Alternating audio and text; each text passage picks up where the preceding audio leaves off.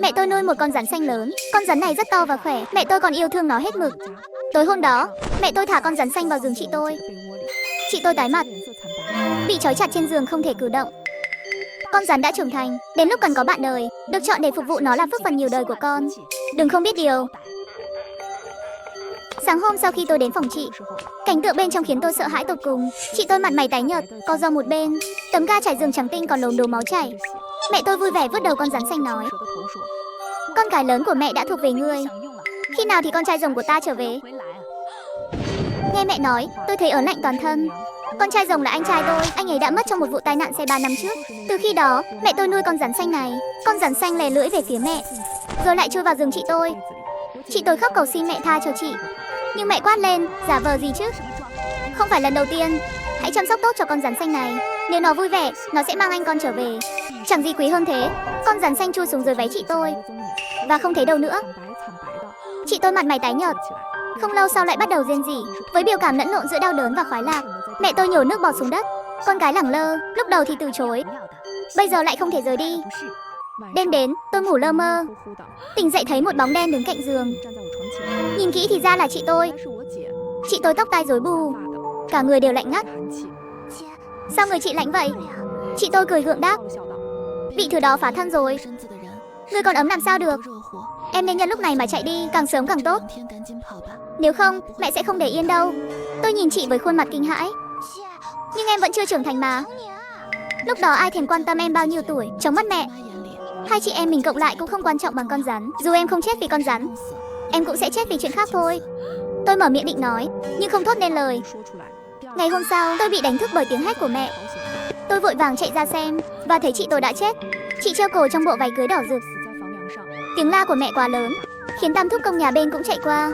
Thúc nhìn xác chị tôi, thân hình chao đảo, gần như không đứng vững. Mặc đồ đỏ treo cổ, nó định làm gì đây? Muốn trở thành lệ quỷ sao? Mẹ tôi vừa khóc vừa nói, rồng con chưa về. Sao nó lại chết chứ? Nó chết rồi thì rồng con phải làm sao? Tam thúc công giáng một cái tát vào mặt mẹ tôi. Không giải quyết chuyện lớn, cả nhà sẽ chết, còn nghĩ đến rồng con gì nữa? Mẹ tôi vì sợ ai của Tam thúc công đành im lặng. Tam thúc công đi vòng quanh xác chị tôi vài lần, sau đó ra hiệu cho tôi đến. Tiểu Hoa, chị con luôn đối xử tốt với con. Hôm nay con hãy thức canh cho chị. Tôi sợ run người, liên tục lắc đầu từ chối. Nhưng Tam thúc công không cho phép phản đối. Chị con chết oan khuất, nếu không có người thân đưa tiễn vào ban đêm, nó sẽ thành lệ quỷ, mãi mãi không siêu thoát. Con nhận tâm sao? Mẹ tôi lấy dao từ bếp, hung dữ nhìn tôi. Nếu con không đi, ta sẽ giết con ngay bây giờ. Yên tâm, không sao đâu. Nếu nói cùng lắm đi chăng nữa, ma mới mất ngày đầu chưa giữ đâu. Buổi tối, tôi dựa vào quan tài của chị, nhìn xác chị một lúc. Tôi dần bớt sợ hãi, thậm chí còn thấy đau lòng. Chị à, không trách hôm qua chị bảo em mau đi đi. Thì ra chị đã nghĩ đến điều này. Chị chết rồi cũng tốt, chết rồi sẽ không bị làm nhục nữa. Khi tái sinh, chị hãy chọn kỹ càng. Dù có đầu thai làm lợn, làm chó cũng tốt hơn ở nhà mình. Khi tôi đang lẩm bẩm, cánh cửa bỗng vang lên một tiếng rầm mở ra. Tôi giật mình nhảy dựng lên. Ha ha ha. Mẹ tôi nuôi một con rắn xanh lớn, bà muốn chị làm vợ cho con rắn ấy. Không ngờ ngày hôm sau, chị tôi lại treo cổ trong bộ váy cưới đỏ. Buổi tối khi tôi đang cúng đồ ăn cho chị, cửa phòng lại bị đạp mở tung ra. Hóa ra là mẹ tôi, bà dẫn con rắn xanh lớn vào. Con rắn ấy vội vã chui vào quan tài của chị. Tôi gần như van xin mẹ, mẹ ơi, chị đã chết rồi, đừng hành hạ chị nữa. Mẹ không thể làm gì khi con rắn muốn chị. Dù chết rồi, chị vẫn phải phục vụ nó. Mẹ tôi bỗng nhiên đổi giọng, nhìn tôi với nụ cười lạnh lùng. Hoặc con cũng có thể. Nụ cười của mẹ khiến tôi lạnh toát cả người. Lúc này con rắn đã biến mất. Tôi không dám nhìn nữa, quay người bỏ ra ngoài. Tôi chỉ đứng ở cửa không được bao lâu thì nghe thấy tiếng hát của mẹ trong linh đường. Tôi vội chạy vào trong, thấy máu chảy ra từ thân dưới của chị. Con rắn bị cắt làm đôi, lưỡi nó vẫn lẻ ra, giận dữ thè lưỡi, nhưng phần đuôi thì mất tích. Mặt mẹ tôi tái xanh, chửi rủa không may, rồi đưa tay vào người chị, lục lọi một lúc, rồi kéo ra phần đuôi rắn dài. Bà ghép lưỡi và đuôi con rắn lại với nhau, rồi vuốt ve nó với vẻ đầy tiếc thương. Sau khi chắc chắn con rắn không chết, mẹ tôi thở phào nhẹ nhõm. Sau đó, bà giận dữ nói với tôi, dọn dẹp sạch sẽ chỗ này đi, nếu mai người khác thấy gì lạ, xem tao có đánh chết mày không. Tôi cúi đầu, khẽ nói, dạ, con biết rồi. Mẹ tôi hài lòng, rồi rời đi. Sáng sớm hôm sau, ông Tam đến nhà. Tiểu Hoa, cháu thấy chưa, chẳng có chuyện gì xảy ra mà. Tôi cắn môi, im lặng không nói. Ông Tam không nói thêm gì, tiến thẳng đến quan tài. Nhìn thấy thi thể của chị, ông lập tức thay đổi sắc mặt. Tiểu Hoa, đêm qua có phải đã xảy ra chuyện gì không? Tôi há miệng, chần chừ một chút, Đang định nói cho ông Tam thì mẹ tôi bước vào từ ngoài cửa. Xảy ra chuyện gì được chứ? Đêm qua tôi cũng ở đây, rất yên tĩnh mà. Ông Tam, đừng hỏi nhiều nữa, mau trốn đại nha đi. Người chết cứ ở trong nhà mãi cũng không hay, đừng để ảnh hưởng phong thủy cả gia tộc. Ông Tam không để ý đến mẹ tôi, chỉ nhìn tôi chằm chằm. Tiểu Hoa, nói thật cho ông nghe, đêm qua thực sự không có chuyện gì sao? Tôi liếc trộm mẹ, thấy bà đang trừng mắt nhìn tôi. Tôi vội lắc đầu, nói, ông Tam, không có gì xảy ra đâu, đêm qua con thức cả đêm, không có gì xảy ra hết. Ông Tam nhíu mày càng sâu hơn. Không thể nào không có chuyện gì, chỉ qua một đêm thôi, sao hoàn khí của chị cháu lại tăng lên thế này? Nhưng dù nghi ngờ trong lòng, ông Tam không hỏi thêm nữa.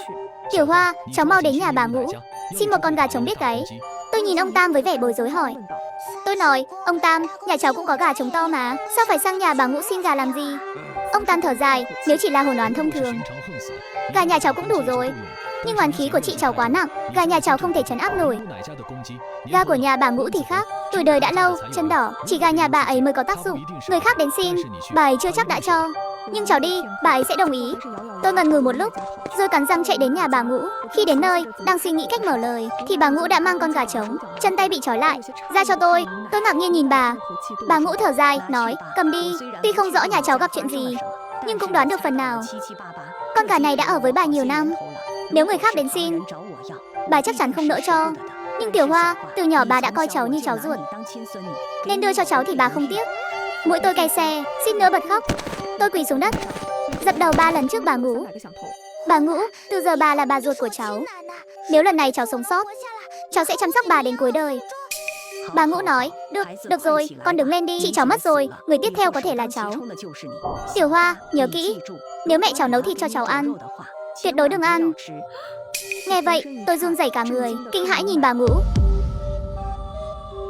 Mẹ cháu nuôi một con rắn lớn, bà ấy bắt chị cháu làm vợ cho nó. Không ngờ hôm sau, chị cháu mặc áo cưới đỏ, treo cổ trên xà nhà, trở về từ nhà bà Ngũ.